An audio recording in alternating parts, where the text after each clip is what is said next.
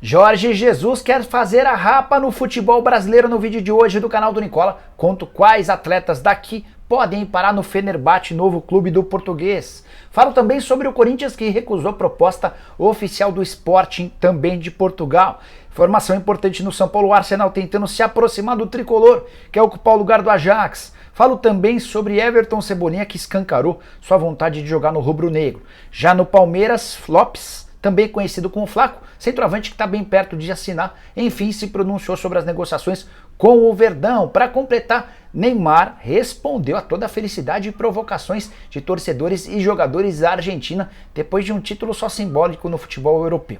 Tudo isso e muito mais a partir de agora, não sem antes me apresentar. Sou Jorge Nicola, jornalista esportivo, trabalhando nesse meio desde 2000, e a missão é deixar você super bem informado sobre as coisas do futebol para não perder tempo, e nem nenhuma informação. É bem simples: aperta o botão vermelho de inscreva-se, ativa as notificações através do sininho e, se curtiu o vídeo, também deixa like, beleza? Bora contar que todo esse conteúdo é um oferecimento de Brasino 777, casa de apostas esportivas que oferece o melhor bônus do mercado. Pode procurar, você não vai encontrar nenhuma casa que te dê tanta facilidade.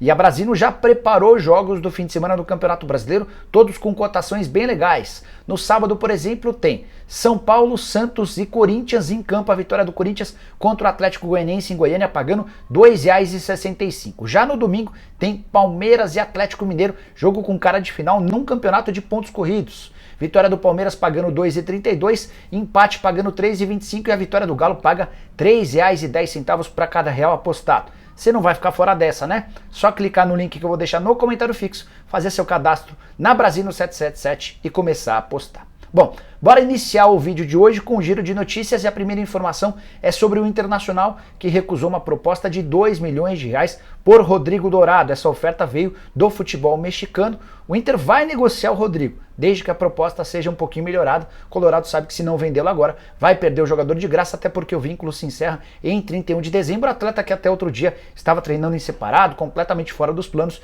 e foi recolocado no time principal por Mano Menezes. Bora falar também sobre Lucas Sasson, jogador revelado no São Paulo, que foi à justiça para deixar o São Paulo e alguns meses depois apareceu no Atlético Paranaense, comprado por R$ 9 milhões. Sasson tem oferta do Lokomotiv Moscou da Rússia e deve se transferir por algo na casa dos R$ 16 milhões. Outra informação importante: torcedor do Corinthians que havia feito ameaças contra o William foi preso. Trata-se de Rafael Rocha, 21 anos de idade, trabalha como auxiliar de nutrição em um hospital. Pediu desculpas, mas depois da ação ridícula, aí o comportamento muda radicalmente, né? Espero que isso sirva de lição para que ninguém mais ameace jogadores, nem ninguém. A rede social não é palco para loucos como esse, beleza? Bora falar sobre o Cueva. Lembra dele, jogador do São Paulo, do Santos? Cueva está livre do mercado. Passou as 2 últimas temporadas jogando no Oriente Médio, vestindo a camisa do Al Fateh. Por lá até fez bons números: 41 jogos, 16 gols e 15 assistências. Foi oferecido, entre outros clubes, para o Grêmio. Até agora não conseguiu vingar por aqui. Nenhuma dessas sugestões acabou convencendo dirigentes de clubes do Brasil. Para fechar o giro de notícias, contar que o São Paulo anunciou a contratação de um menino, um lateral esquerdo, chamado Matheus Castilho. Vem para o Sub-17, estava no Cruzeiro e já era pretendido também por Corinthians, Atlético Mineiro e clubes do exterior. E a última envolve o Galo. As obras da Arena MRV já têm 60% de conclusão. A estimativa segue sendo para que o estádio esteja pronto em outubro, quando começam os eventos testes. Eventos com menor capacidade, para que os administradores do estádio possam ir entendendo como é que vai funcionar. A inauguração da Arena MRV está marcada para 25 de março de 2023, beleza? Bora falar agora sobre Neymar, seleção brasileira. Argentina, Brasil fez 5-1 na Coreia do Sul hoje, mas não é esse o assunto. Bora repercutir a vitória por 3-0 dos argentinos contra a Itália nessa quarta-feira na finalíssima, que foi, como ficou conhecido, o torneio que reúne o campeão da América contra o campeão europeu. Os argentinos fizeram uma enorme festa dentro de campo e também nas redes sociais, muita gente zoando o Neymar. O Neymar respondeu de uma maneira bem interessante. Ele escreveu o seguinte, abre aspas: "Ganhar a Copa do Mundo? Interrogação."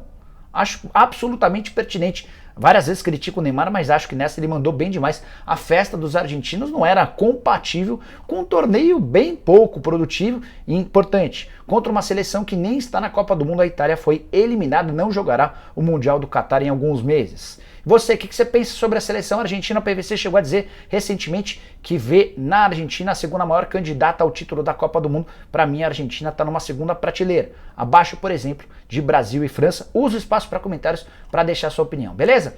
Bora falar agora sobre o pacotão de reforços de Jorge Jesus. JJ, que queria trabalhar no Flamengo, não teve proposta, será apresentado de forma oficial nesta sexta-feira como novo comandante do Fenerbahçe. A apresentação está marcada para as 9 da manhã, horário da Turquia.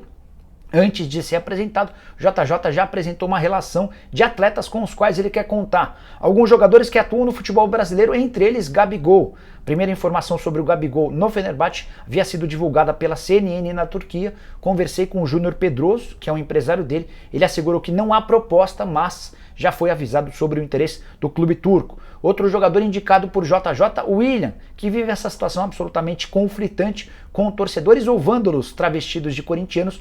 O William já deu indícios de que pode voltar ao futebol europeu e é nesse contexto que o JJ pretende trabalhar. A ideia do Jorge Jesus à frente do Fenerbahçe é se tornar uma potência no futebol turco para ganhar tudo, além de fazer bonito na Champions League. E é aí que entra um outro nome especulado. Marcelo, lateral esquerdo, que está deixando o Real Madrid, é pretendido por vários clubes no Brasil.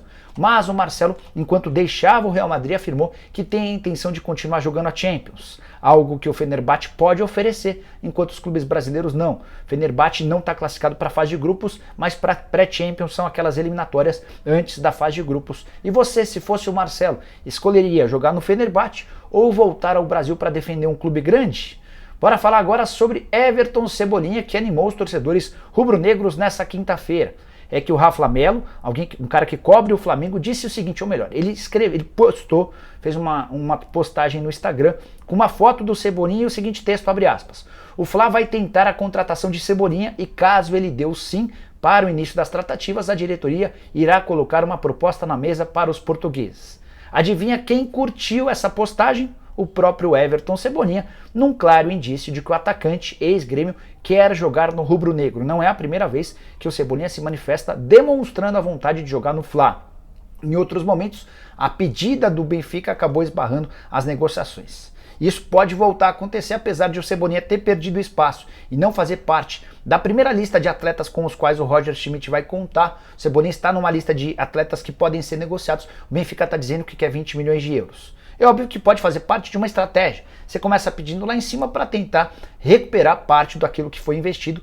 O Benfica havia gasto 20 milhões de euros para contratá-lo do Grêmio. O Flamengo busca um atacante de velocidade pelo lado do campo, exatamente nessa função do Cebolinha, um ou dois volantes, até porque o Andrés Pereira está de saída, e quer também um lateral direito. Preocupação em relação ao lateral direito diz respeito às saídas do Isla e do Rodinei, cujos contratos terminam agora em 31 de dezembro e eles não ficaram. Bora falar sobre o Corinthians, que recusou proposta do Sporting de Portugal. A oferta, de acordo com o GE, foi feita pelo meio atacante Matheus Araújo, atleta das categorias de base, tem só 20 anos de idade, havia sido adquirido junto à União Barbarense em 2019. Uma única partida pelo time principal, foi no ano de 2020. Embora recentemente o Matheus Araújo tenha ido para o banco de reservas no confronto contra o Always Red da Libertadores da América. Não entrou, mas ficou no banco de reservas. Por que o Sporting tem pressa para fechar esse negócio? Porque entende que o Matheus, a partir do momento em que ganhar mais minutos no time principal, vai custar bem caro. Só que a estratégia, pelo menos até agora, não funcionou. O Corinthians rejeitou a proposta de 18 milhões de reais e entende que o Matheus vai valer, quando jogar com mais frequência, bem mais dinheiro. Pode existir uma nova oferta do Sporting, o Corinthians está em compasso de espera. Atleta que nessa temporada esteve em campo 8 partidas, 3 gols marcados, 2 deles na Copa São Paulo de Juniores e mais 1 gol no Campeonato Paulista Sub-20. Se você conhece o Matheus Araújo, escreve no espaço para comentários se a proposta de 18 milhões de reais é boa ou ruim. Prometo deixar meus likes lá, beleza? Quero falar agora sobre o Arsenal, que pretende ocupar um espaço que vinha sendo do Ajax em relação à parceria com o São Paulo. Você vai lembrar que David Neres, Antony, entre outros, eram do São Paulo, foram jogar no Ajax, se valorizaram, foram bem dentro de campo e também garantiram ou vão garantir boas quantias financeiras. Tá na cara que o Antony vai ser negociado por muitos milhões de euros. O Arsenal, percebendo esse movimento, pretende se aproximar do São Paulo ainda mais. Esse primeiro passo para aproximação já foi dado quando o Edu Gaspar, que é o diretor de futebol do Arsenal, topou bancar 3,5 milhões de euros para ficar com o Marquinhos, atleta do tricolor. Aí você deve estar pensando, mas Nicola, 3 milhões e meio de euros por um menino de só 19 anos de idade, extremamente promissor como o Marquinhos, é muito pouco, certo? Errado. O Marquinhos estava indo de graça para o Wolverhampton. O Arsenal acabou dando esses 3 milhões e meio de euros para o São Paulo, para que o tricolor não saísse de mãos abanando. O gesto, a intenção foi vista como bacana. A partir daí, Arsenal e São Paulo pretendem estipular ou firmar uma parceria. O Edu Gaspar, inclusive, tem a intenção de criar um intercâmbio entre atletas da base, mandando alguns jovens do Arsenal para o São Paulo, no CT de Cotia, e a recíproca sendo verdadeira. A ideia do Arsenal é se tornar o grande polo de entrada de atletas do São Paulo em território europeu, até porque por lá eles vão ter a capacidade ou a possibilidade de se valorizar e serem vendidos por muito mais dinheiro. Será que pode pintar alguma negociação ainda nessa janela de transferências com o Rodrigo Nestor ou algo do gênero? Prometo que eu tô atrás dessa história, conversando com o Júlio Casares, com o Carlos Belmonte. Assim que tiver alguma novidade, conto para vocês, beleza? Bora fechar o vídeo para trazer informações ou a repercussão do acordo firmado entre Lanús e Palmeiras por José Manuel Lopes, atacante de 21 anos de idade, que está sendo comprado pelo Verdão. A única coisa que ainda não é oficial é o valor da compra. No Brasil especula-se algo na casa dos 10 milhões de dólares, que fariam do Lopes a maior venda da história do Lanús. O que a gente sabe é que 70% dos direitos econômicos estão sendo comprados pelo Palmeiras e o Lopes vai assinar um contrato de 4 anos e meio com o Verdão. Nessa quinta-feira, o atacante, que é conhecido como Flaco, deu sua primeira entrevista depois de toda a negociação e falou o seguinte, abre aspas, sei que estão negociando, mas mais do que isso não sei. Hoje penso na partida de segunda-feira por respeito ao clube. Veremos o que acontece nos próximos dias, mas estou feliz de estar aqui no Lanús, é minha casa. Segunda, temos uma partida muito importante. A partida a qual o Flaco se refere é um confronto do Campeonato Argentino contra o Rosário Central. Pode ser o último jogo de José Manuel Lopes por lá.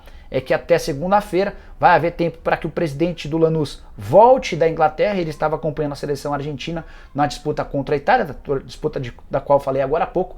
Assim que desembarcar na Argentina, o presidente do Lanús deve assinar o contrato que já está assinado pelos representantes do Palmeiras. O Lopes vai ser liberado para a realização dos exames médicos e vai se juntar a Merentiel, atacante uruguaio que pertencia ao Defensa e Justiça e foi anunciado como o primeiro reforço do Palmeiras para a janela da metade do ano. Palmeiras que ainda busca um volante e eventualmente um zagueiro. Tá curtindo os reforços do Palmeiras? Use o espaço para comentários. Não esquece também de deixar like, de se inscrever no canal. Daqui a pouquinho, a partir das 7, estaremos ao vivo com o programa do Nicola. Beleza? Abraço, tchau!